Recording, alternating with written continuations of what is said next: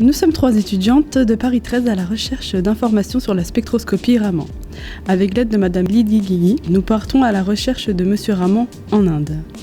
Chandrasekhara Venkataraman, en compagnie de son étudiant Krishnan, décrivent en 1921 la diffusion Raman. L'expérience fut la suivante. Ils réalisent 2 types d'expériences avec une diffusion simple.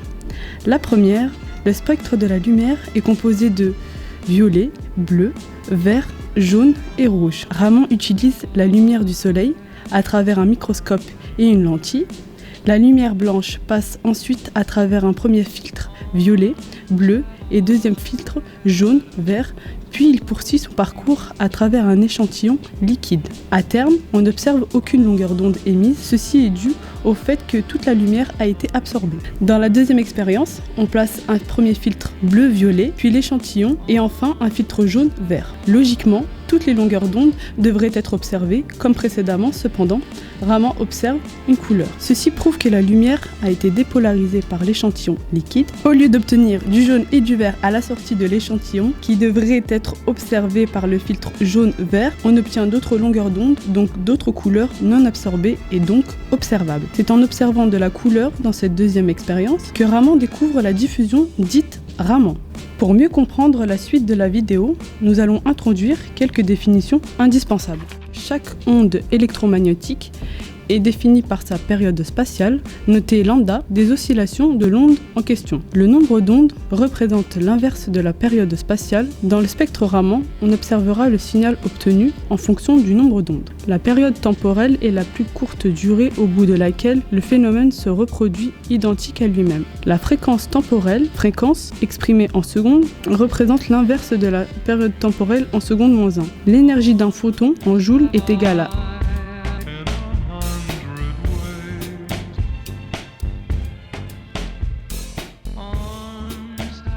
Mais Shaima, revenons quand même au vif du sujet. Qu'est-ce que la diffusion Raman ? Je vais t'expliquer. La diffusion Raman correspond à l'interaction de la polarisabilité de la molécule avec la radiation incidente entraînant un moment dipolaire induit dans la molécule et l'émission d'un photon Raman. Mais qu'est-ce que le moment dipolaire ? Une molécule non symétrique constituée d'atomes possède un moment dipolaire induit par la différence d'électronégativité entre les atomes. On peut polariser cette molécule en envoyant une onde électromagnétique qui a pour conséquence de la déformer. En polarisant une molécule, la molécule vibre et émet un photon Raman. Maintenant, voyons ce qui se passe de plus près sur le diagramme de Jablonski. Lorsqu'on émet une onde électromagnétique à travers un échantillon, la lumière est diffusée de 2 manières différentes. Si le rayonnement n'a aucune interaction ou aucun échange d'énergie avec la matière, cela correspond à une diffusion élastique caractéristique de la diffusion Rayleigh. On a donc une émission d'un photon d'énergie égale à celle du photon incident. Si le rayonnement incident a une interaction avec la matière, cela correspond à une diffusion inélastique caractéristique de la diffusion Stokes et anti-Stokes. Concernant la diffusion Stokes, on observe une énergie d'excitation supérieure à l'énergie diffusée. Dans ce cas, on a capture d'un phonon, d'où la création d'un état d'énergie vibrationnelle. Pour la diffusion anti-Stokes, elle est caractérisée par une énergie d'excitation inférieure à l'énergie diffusée, qui correspond à une destruction d'un phonon et donc à l'annihilation d'un état vibrationnel. À partir de ces 3 types de diffusion, on obtient un spectre Raman. On observe un pic au centre correspondant à la diffusion Rayleigh prise comme référence et les pics Stokes et anti-Stokes de part et d'autre du pic central. Lorsqu'on se décale vers la droite, on ajoute un terme à l'énergie des pics anti-Stokes d'une valeur h nu n correspondant à l'énergie du photon émis. Par opposition, lorsqu'on se décale vers la gauche, on soustrait l'énergie de départ par h nu n pour les pics Stokes. On remarque une différence d'intensité des pics Stokes et anti-Stokes. Cela est dû au peuplement des niveaux car plus la concentration est élevée et plus l'intensité est forte. En effet, pour la diffusion Stokes, l'excitation débute à l'état fondamental, donc l'état le plus peuplé, alors que pour la diffusion anti-Stokes, elle débute à un niveau supérieur. Ainsi, les pics anti-Stokes sont rarement observés étant donné leur faible intensité. En général, ils servent à calculer la température de l'échantillon. En pratique, il est d'usage de convertir la différence de fréquence entre photons incidents et photons diffusés en nombre d'ondes exprimé en cm-1.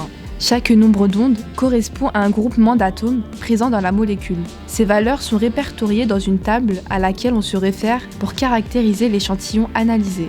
Mais attention, La position du pic peut varier en fonction de l'environnement de chaque groupement d'atomes. Mais Aïcha, quel est le lien avec l'infrarouge? Je vais t'expliquer, Shaima. Reprenons le spectre Raman. La différence d'énergie entre une raie Rayleigh et une raie Stokes ou anti-Stokes, delta E en cm-1, correspond à une raie d'absorption en infrarouge.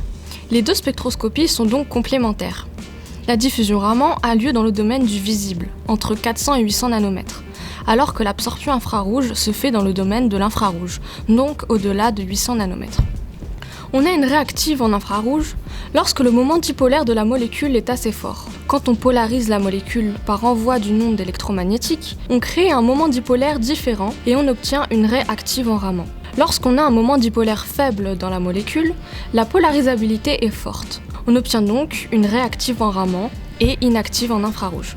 Les deux spectroscopies, Raman et infrarouge, permettent d'étudier les modes vibrationnels d'une molécule. Les règles de sélection pour les deux spectroscopies peuvent être différentes selon la symétrie moléculaire. Pour mieux comprendre ces phénomènes de vibration, dans la prochaine vidéo, nous nous intéresserons aux modes de vibration et de rotation des molécules.